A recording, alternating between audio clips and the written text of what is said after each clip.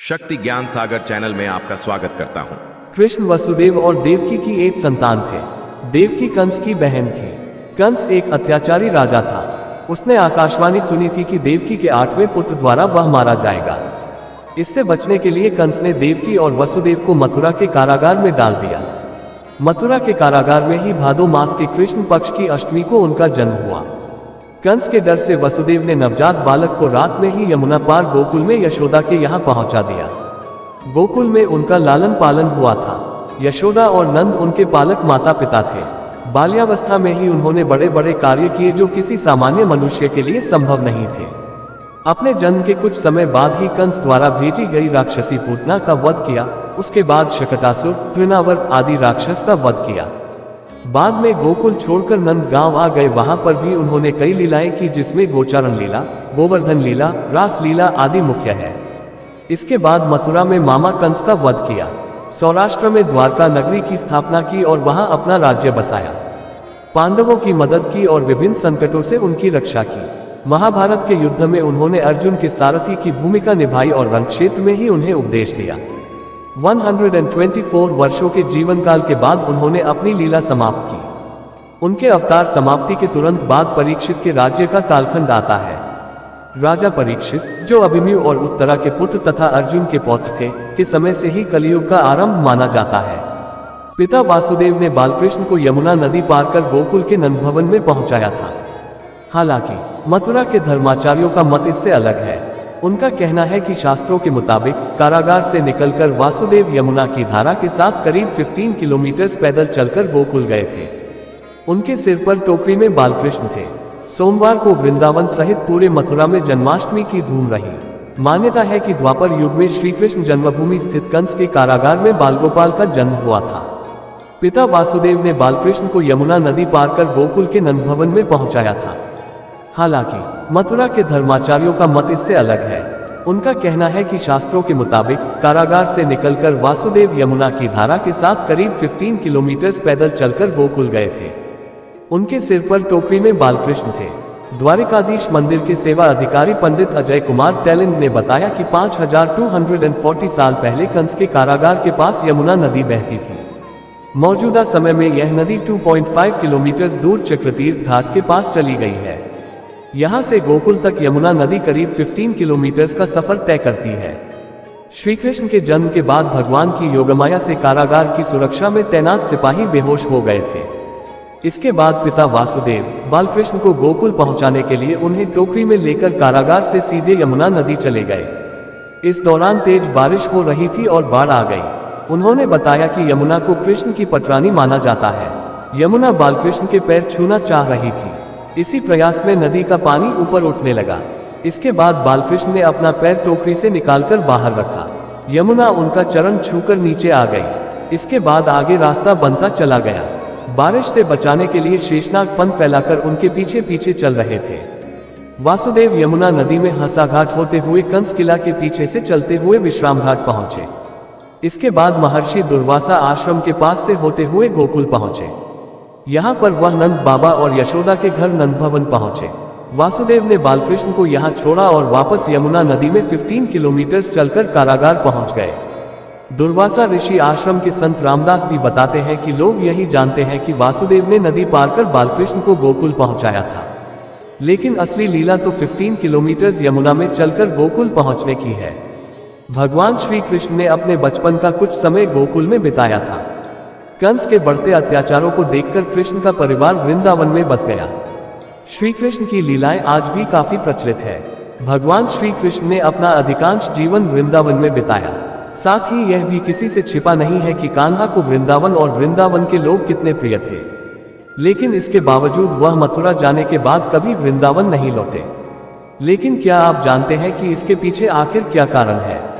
भगवान श्री कृष्ण ने अपने बचपन का कुछ समय गोकुल में बिताया था। कंस के बढ़ते अत्याचारों को देखकर कृष्ण का परिवार वृंदावन में बस गया। इसके बाद उन्होंने मथुरा जाकर कंस का वध किया और प्रजा को उसके अत्याचारों से मुक्ति दिलाई। इसके बाद सभी लोगों के अनुरोध पर वह मथुरा के सिंहासन पर बैठे।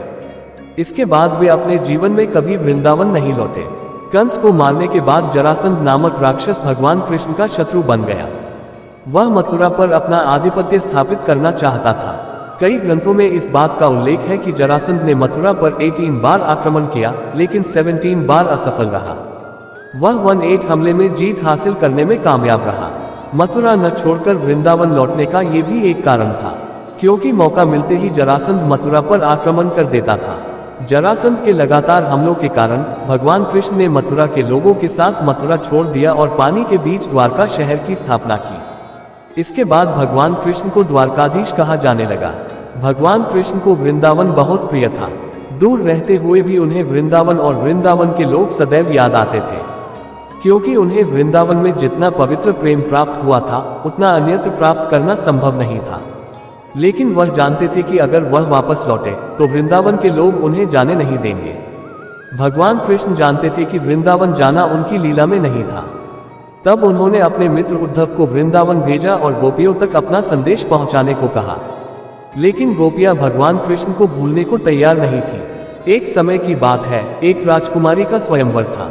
नारद मुनि भी उस राजकुमारी से विवाह करना चाहते थे। उन्होंने भगवान विष्णु से मदद मांगी और कहा, कृपया मेरी चीजों को सुंदर बना दीजिए। भगवान विष्णु ने उन्हें अपना वानर रूप दे दिया और नारद जी इसी रूप में स्वयंवर में पहुंचे। नारद जी को लगा कि भगवान विष्णु की सुंदरता देखकर राजकुमारी उन्हें ही माला पहनाएंगी, लेकिन राजकुमारी ने उन्हें छोड़ दिया और वरमाला भगवान विष्णु के गले में डाल दी। इसके साथ ही सभा में नारद जी का उपहास भी हुआ। इस पर क्रोधित होकर नारद जी ने भगवान विष्णु को नारायण से अलग होने का श्राप दे दिया। उस श्राप के कारण ही द्वापर युग में कृष्ण जी को राधा रानी से वियोग सहना पड़ा। देवी राधा को पुराणों में श्री कृष्ण की शाश्वत जीवन संगिनी बताया गया है। ब्रह्मवैवर्त पुराण में बताया गया है कि राधा और कृष्ण का प्रेम इस लोक का नहीं बल्कि पारलोक है।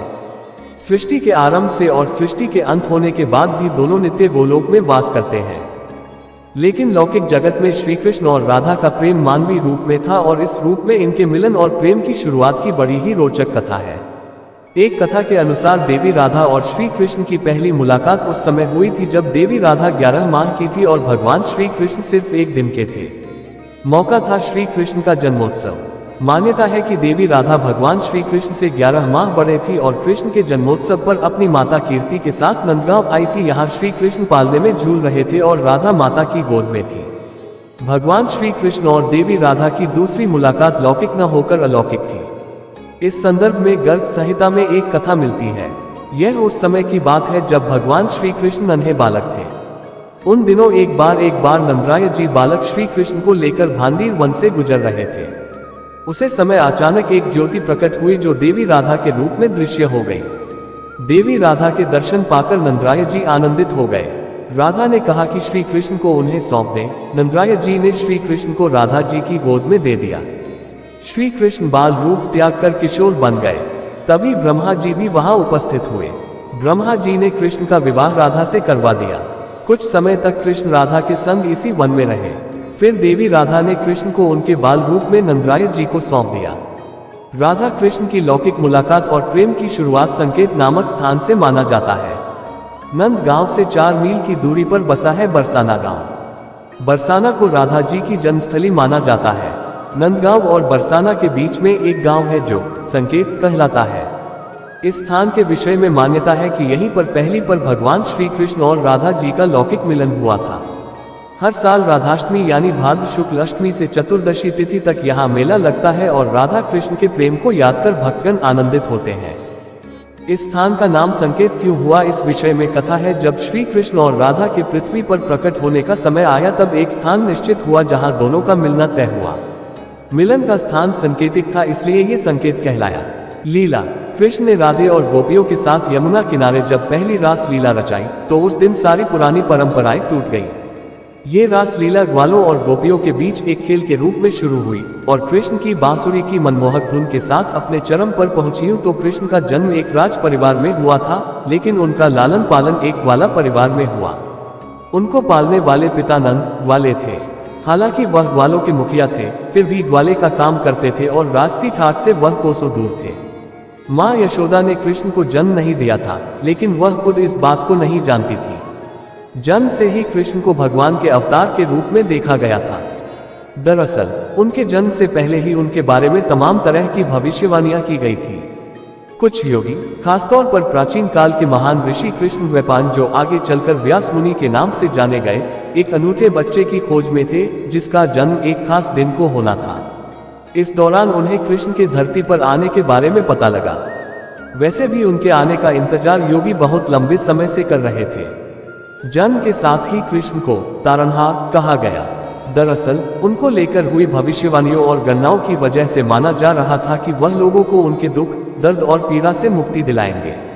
बाद में जिस तरह वह धरती पर जिए और जैसे उपदेश उन्होंने लोगों को दिए, उससे उनके बारे में की गई सभी भविष्यवाणियां सही साबित हुई। गोकुल और बरसाना के ग्वाले वृंदावन नाम की एक जगह पर जाकर बस गए थे। वृंदावन काफी खुली और हरी भरी जगह थी। ये नई बस्ती कई मायनों में पुरानी मान्यताओं को तोड़ने वाली और ज्यादा खुशहाल साबित हुई। चूंकि ये लोग अपने पुराने परंपरागत घरों को छोड़कर आए थे, इसलिए इनके पास पहले से अधिक आजादी थी। यह नई जगह ज्यादा समृद्ध और खूबसूरत थी।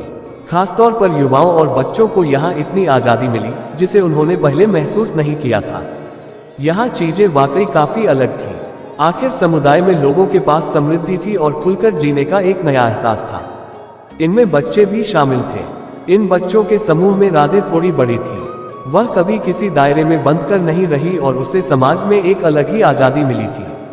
ऐसी आजादी जिसके बारे में दूसरी लड़कियां सोच भी नहीं सकती थी। राधे लड़कियों का नेतृत्व करती थी और जबकि कृष्ण लड़कों का, और फिर इन दोनों की अगुवाई में हर्ष और उल्लास से भरे मिलाप होते थे। कृष्ण 7 साल के थे और राधे 12 की। उनके साथ उन्हीं की उम्र के बच्चों की एक बड़ी टोली रहा करती थी। जब कृष्ण ने अपने इन साथियों को इस तरह थककर गिरते देखा तो उन्होंने अपने कमरबंद से बांसुरी निकाली और मंत्रमुग्ध करने वाली एक धुन बजानी शुरू कर दी। वृंदावन में होली का त्योहार आया। इस रंगीन माहौल में जब हर चीज अपने चरम पर थी, पूर्णिमा की एक विशेष शाम को लड़के और लड़कियों की ये टोलियां यमुना नदी के किनारे इकट्ठी हुई। नई जगह के इस माहौल की वजह से कई पुरानी परंपराएं टूट गईं और पहली बार ये छोटे लड़के व लड़कियां नहाने के लिए नदी पर एक साथ पहुंचे। पहले तो इन टोलियों ने खेलना शुरू किया। इसके बाद उनका एक दूसरे पर पानी उछालने और बालू व मिट्टी फेंकने का खेल शुरू हुआ। इस बीच वे एक दूसरे को देखकर चिढ़ाते थे और बीच बीच में गालियां देने का दौर भी चलता था। थोड़ी देर बाद जब इस खेल का जोश बढ़ता गया तो बच्चों ने मिलकर नाचना शुरू किया और फिर हर्ष व उल्लास के अपने जुनून में वे नाचते गए और नाचते ही गए। लेकिन कुछ देर बाद थकान होने पर वे धीरे धीरे एक एक करके गिरने लगे। जब कृष्ण ने अपने इन साथियों को इस तरह थककर गिरते देखा तो उन्होंने अपने कमरबंद से बांसुरी निकाली और मंत्रमुग्ध करने वाली एक धुन बजानी शुरू कर दी। कृष्ण की बांसुरी की यह धुन अत्यंत मनमोहक थी, जिसे सुनकर सभी उठ खड़े हुए और वे फिर सभी मस्ती में झूमते गए और झूमते गए। वे इस धुन में नाचते नाचते इतने मगन हो गए कि वे अपने आप ही कृष्ण के चारों ओर जमा हो गए। नाच का ये दौर लगभग आधी रात तक यूं ही चलता रहा। भगवान कृष्ण बच्चों और वयस्कों सभी के बीच सबसे लोकप्रिय हिंदू भगवानों में से एक है। उनकी कहानियों में मजेदार, हंसी और अच्छे आदर्शों से भरे किस्से हैं। यहाँ बच्चों के आनंद के लिए भगवान के विशेष 15 कहानियां हैं। प्राचीन काल में उग्रसेन नाम का एक राजा था जिसके 2 बच्चे थे, कंस नाम का एक बेटा और देवकी नाम की एक बेटी। देवकी नम्र और शांत स्वभाव की थी, लेकिन कंस दुष्ट था। जब वह बड़ा हुआ तो उसने अपने पिता को कैदखाने में डाल दिया और राजा की गद्दी खुद संभाली, जबकि उसकी बहन की शादी राजा वासुदेव से हुई। एक दिन कंस ने एक आकाशवाणी सुनी, तुम्हारी बहन का 8वां पुत्र बड़ा होने पर एक दिन तुम्हारी हत्या करेगा। इससे दुष्ट कंस डर के मारे अंदर तक हिल गया और वह अपनी बहन को मारना चाहता था। लेकिन वासुदेव ने देवकी को जिंदा रखने का आग्रह किया और कंस द्वारा देवकी के 8वें पुत्र को मारने के लिए सहमत हुए। कंस ने अपनी ही बहन और उसके पति को कैद कर लिया। दंपति की 8वीं संतान भगवान कृष्ण थे, जो कंस द्वारा उन्हें मारने के लिए किए गए सभी प्रयासों से बच गए और अंत में उन्होंने अपने दुष्ट मामा को परास्त कर दिया। देवकी और वासुदेव उनके भाई कंस द्वारा कैद किए गए थे। हर बार जब देवकी एक बच्चे को जन्म देती, कंस खुद आ जाता और अपने हाथों से बच्चे को मार देता था। देवकी के 7वें बेटे का गर्भपात हुआ, लेकिन वह रहस्यमयी तरीके से वृंदावन की रानी रोहिणी के गर्भ में स्थानांतरित हो गया, जो कृष्ण के भाई बलराम के रूप में दुनिया में आए। उनके 8वें पुत्र का जन्म आधी रात को जेल के भीतर हुआ। ये भगवान कृष्ण थे और उस विशेष दिन को जन्माष्टमी के रूप में मनाया जाता है। कृष्ण का जन्म विष्णु के रूप में हुआ था और उनके माता पिता ने प्रार्थना की थी कि वह एक साधारण बच्चे में बदल जाएं, ताकि वे उसे कंस से छिपा सकें। प्रभु ने अपने पिता को उन्हें वृंदावन ले जाने और एक नवजात बच्ची के साथ अदला बदली करने की सलाह दी। फिर जादुई रूप से कैदखाने के पहरेदार सो गए और सभी ताले और जंजीरें अपने आप खुल गईं। वासुदेव छोटे कृष्ण को लेकर वृंदावन के लिए रवाना हो गए। जब वह यमुना नदी के तट पर पहुंचे तो उन्होंने देखा कि नदी में बाढ़ आई हुई थी। अपने सिर पर छोटे कृष्ण को रखते हुए जैसे ही वासुदेव ने नदी को पार करने का प्रयास किया और पानी ने जैसे ही कृष्ण के पैर की अंगूठे को छुआ, यहाँ पर भी रहस्यमयी तरीके से नदी का पानी पीछे हट गया, जिससे वासुदेव अपनी यात्रा पूरी कर सके। वह फिर यशोदा के घर पहुंचे, बच्चों की अदला बदली की और बच्ची के साथ वापस कैदखाने लौट आए। देवकी और वासुदेव को उम्मीद थी कि कंस लड़की को छोड़ देगा, क्योंकि भविष्यवाणी थी कि एक लड़का कंस को मारेगा, लेकिन कंस ने परवाह नहीं की। उसने बच्चे को उनके हाथों से छीन लिया और उसे एक पत्थर पर फेंक कर मार दिया। लेकिन लड़की देवी दुर्गा में बदल गई और उन्होंने कंस को बताया कि कृष्ण जीवित है और उसे उसके बुरे कर्मों के लिए उसे दंडित करेंगे। कृष्ण के मामा कंस उसे मारने के लिए बेताब थे, इसलिए उन्होंने पुतना नामक एक राक्षसी को ये कार्य सौंपा। राक्षसी ने एक सुंदर महिला का रूप धारण किया और उस कमरे में जा पहुंची जहां कृष्ण थे। उसने अपने स्तनों पर जहर लेपा हुआ था और कृष्ण को दूध पिलाने का अनुरोध किया। कृष्ण की मां को उसके असली इरादों का पता नहीं था और उन्होंने पुतना को दूध पिलाने की अनुमति दे दी। लेकिन कृष्ण ने अपनी आंखें बंद कर ली और उस राक्षसी के जीवन को चूस लिया, जिससे उसकी मृत्यु हो गई। विष ने कृष्ण का कुछ नहीं बिगाड़ा, लेकिन कृष्ण को दूध पिलाने का अच्छा कर्म करने के कारण पुतना की आत्मा को मुक्ति मिल गई। भगवान कृष्ण को मक्खन खाना बहुत पसंद था। वृंदावन शहर में हर कोई उनकी शरारतों और मक्खन चुराने के प्रयासों से वाकिफ था, इसीलिए उन्हें माखन चोर कहा जाता था। कृष्ण की मां यशोदा कृष्ण से मक्खन को छुपाने के लिए इसे ऊंचाई पर बांध देती थी। एक बार जब यशोदा आसपास नहीं थी तो कृष्ण ने अपने दोस्तों को बुलाया। वे एक दूसरे के ऊपर चढ़ गए और कैसे भी वह मक्खन के बर्तन तक पहुंचने में कामयाब रहे। सभी ने मिलकर मक्खन से भरा बर्तन नीचे उतार लिया और बड़े मजे से मक्खन को मिल बांट कर खाया। लेकिन दुर्भाग्य से उन्हें एहसास नहीं हुआ कि यशोदा वापस आ गई है। कृष्ण के सभी दोस्त वापस अपने घरों में भाग गए, लेकिन कृष्ण को शरारती होने के लिए फटकार पड़ी। भगवान कृष्ण शरारती थे और उनकी मां यशोदा उनकी शरारतों से थक चुकी थी। एक दिन उन्होंने कृष्ण की हरकतों को रोकने के लिए उन्हें बांधने का फैसला किया। यशोदा उन्हें बांधने के लिए एक रस्सी लाई, लेकिन उन्हें एहसास हुआ कि रस्सी बहुत छोटी थी। वह फिर एक बड़ी रस्सी ले आई, लेकिन वह भी छोटी पड़ गई। इसके बाद तीसरी रस्सी लाई, लेकिन वह भी कम पड़ गई। तब उन्हें एहसास हुआ कि उनका बेटा कुछ चमत्कारी है। लेकिन उसके बाद भगवान कृष्ण ने अपनी मां को उन्हें बांधने दिया ताकि वह खुश हो सके। एक दिन कृष्ण और उनके बड़े भाई बलराम बगीचे में फल और जामुन इकट्ठा कर रहे थे। चूंकि कृष्ण अभी भी छोटे बच्चे थे, वह पेड़ों तक नहीं पहुंच सकते थे, इसलिए उन्होंने जमीन से मिट्टी उठाई और अपने मुंह में भर ली। दूसरे बच्चों ने ये देखा और उनकी मां से शिकायत की। यशोदा उनके पास दौड़ी और उन्होंने कृष्ण से पूछा कि क्या उन्होंने मिट्टी खाई है। उन्होंने ना का इशारा करते हुए सिर हिला दिया। यशोदा ने कृष्ण से मुंह खोलने के लिए कहा, लेकिन वह इतना डर गए थे कि उन्होंने मुंह खोलने से इनकार कर दिया। लेकिन जब उनकी मां ने उनकी ओर गुस्से से देखा तो उन्होंने अपना मुंह खोल दिया। जब यशोदा ने मुंह के अंदर देखा तो मिट्टी के बजाय उन्हें पूरा ब्रह्मांड कृष्ण के मुंह के अंदर दिखाई दिया। सितारे, आसमान, पहाड़, महासागर, सब कुछ। वह आश्चर्यचकित हो गई और कृष्ण मुस्कुराते रहे।